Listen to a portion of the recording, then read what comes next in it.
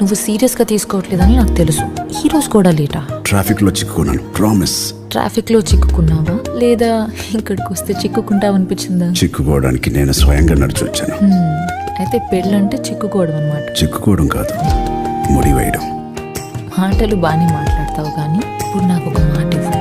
ఒకటి కాదు, 7 ప్రమాణాలు చేస్తాను. అగ్ని సాక్షిగా ప్రతి అడుగుతో పాటు 7 జన్మలకి తోడుంటాను. సరే అయితే కాళ్ళు పట్టుకుని బ్రతిమలాడు, ఒప్పుకుంటాను. ఇప్పుడైనా ఒప్పుకో, నేను నీ కోసం తయారే అని. ప్లీజ్. Introducing Vivaham Collection.